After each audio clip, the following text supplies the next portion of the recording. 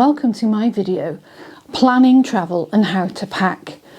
So I decided I'd make a video. I'm not going to give you any practical demonstrations of how I pack.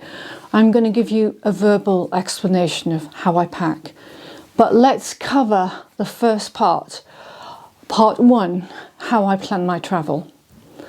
What I tend to do, as it's January in the beginning of the year, I map out places I'd like to visit, and I map out dates and times that I can have off during work, and I try to book things in advance so that if I need the time off work, I can book that time off work and then not worry as my holiday time approaches that I haven't got that time out. So I have a look at periods of the year that I would like to travel. So that's the first thing. Plan your time in advance so that you can book your annual leave way in advance, and then you've got a higher chance of getting it. The second thing I decide is, where do I want to go and can I afford where I'm going? So I'll have a look. I normally look at the beginning of the year at the sales. So I look at the Virgin sale, the British Airways sale, and what other airlines are having sales to determine, can I get a more affordable holiday?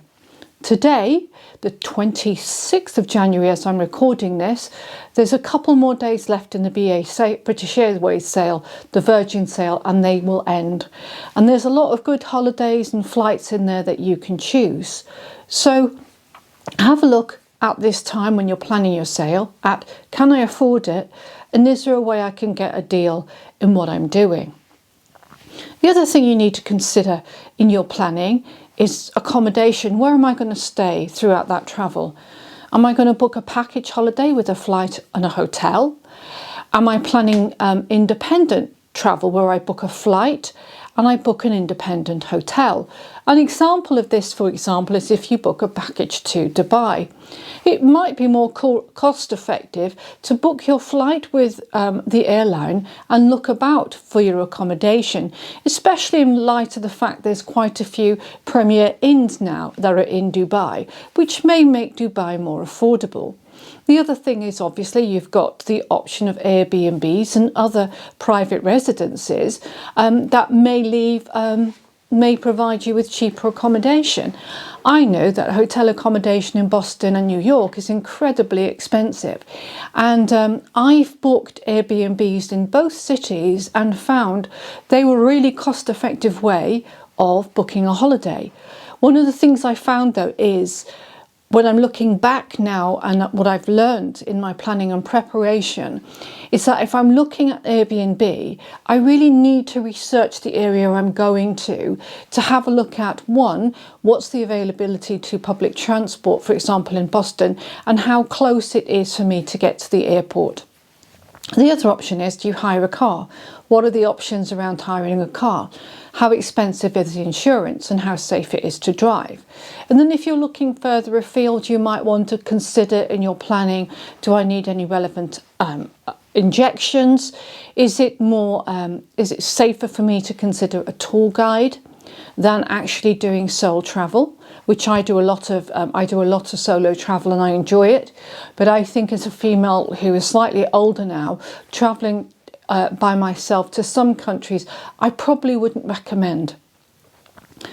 Thirdly, as part of my travel, once I've decided where I'm going, once I've decided where I'm staying, and also once I've looked at what resources I'm going to allocate to them, I then have a look at what I'm going to pack for that location. So about 8 to 10 days before, I have a look at what the temperature is going to be like. That allows me to really look at my packing. I'm not one to hold luggage on holiday. I try to rely on cabin baggage, which for some may be something that they can't consider because of the fact that they may want to pack more luggage.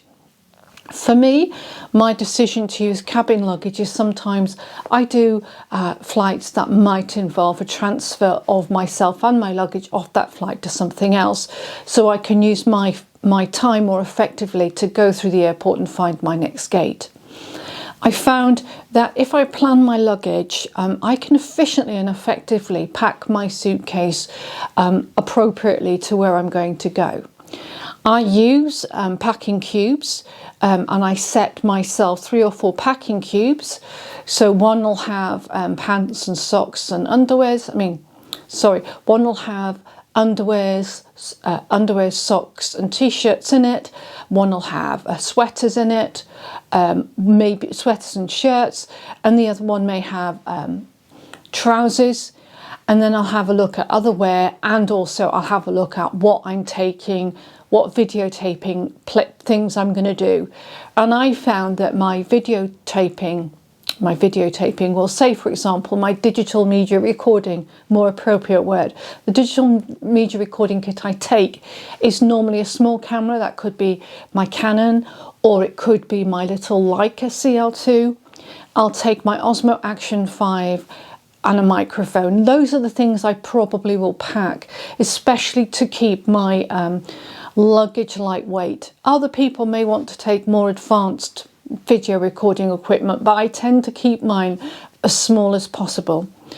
You obviously need your mobile phone and your charger, and you probably need some form of kit that will help you recharge your batteries. I tend to have multiple ways I can charge my batteries, and I've purchased European and American plugs. I have quite a few of them. So make sure that you check what sort of voltage that country uses and your plugs. One of the other considerations in planning your holiday is how you're going to manage your currency. Are you going to take an amount of currency? Are you going to use credit cards, or are you going to use payment credit cards? What's your decision? So do some research into relation to that, and also have a look at how you're going to keep in touch with the world, and that might be with your phone. And if you're doing your phone, do I need to get a digital SIM? That basically I can do an online SIM, so when I go to other countries my roaming charge will be cheaper, or do I stick with my network and pay them a specific amount of money per day?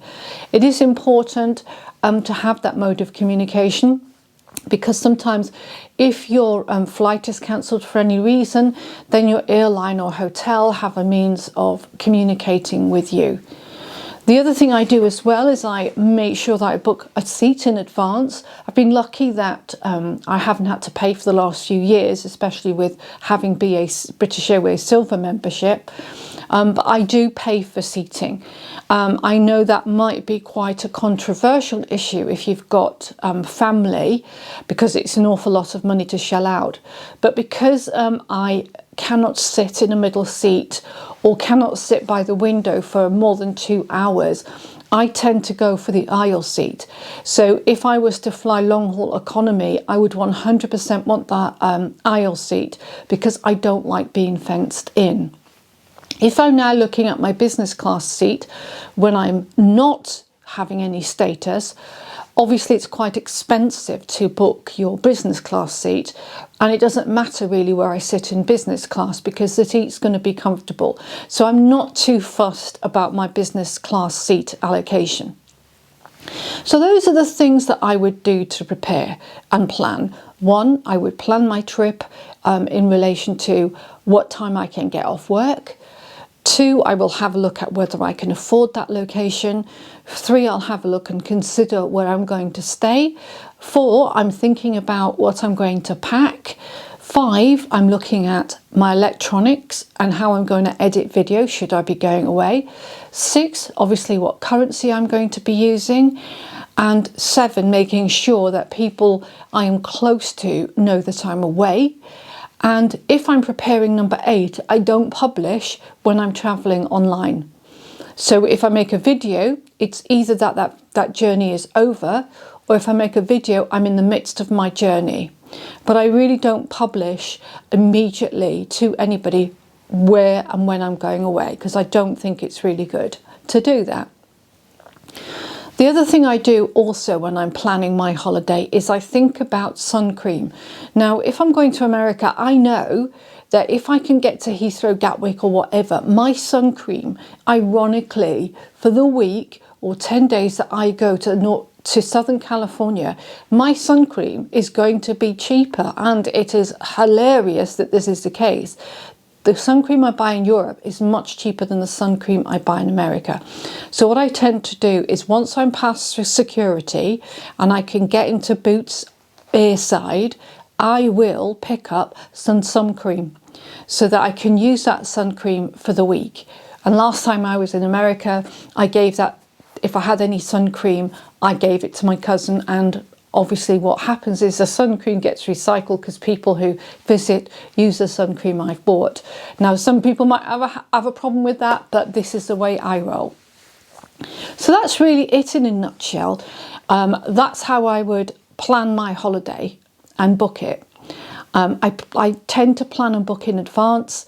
I will probably book a Corfu. I'm thinking about going to Corfu again, or I'm thinking about going to Malta. I love it. I don't know, it's the third time I've been to Malta, but it's a place I enjoy, and I can't see a problem of going back to places that you enjoy and you're familiar with.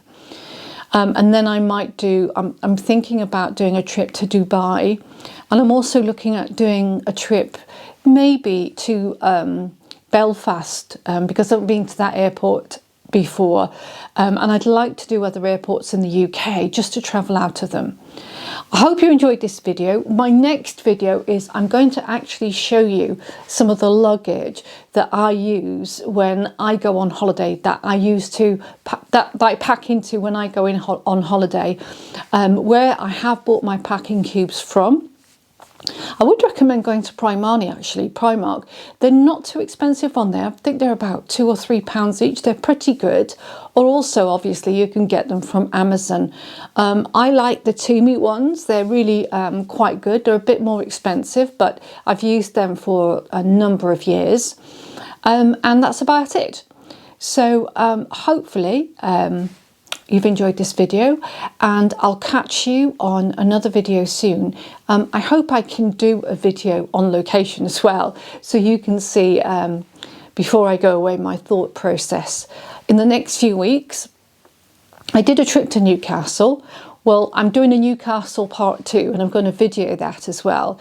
So I'm going to show you what it's like in the first class lounge in Heathrow before I go, and then I'm going to show you where I'm going to be staying, and I'm going to show you again the lounges in Newcastle Airport, because I talked about them, but I want to compare and contrast the British Airways one with the Aspire one and see what your thoughts are, and whether or not you think that the British Airways one is any better than the Aspire one. Within the British Airways lounge, there's a little tiny chunk of room for Emirates customers. I'm not quite sure what the Emirates customers get extra, so what I'm going to do is I'm going to be a little bit nosy and ask a member of staff there. So thanks again for watching. Hope you enjoyed this, and I will see you again on another travel video or another London video soon. Take care. Bye bye.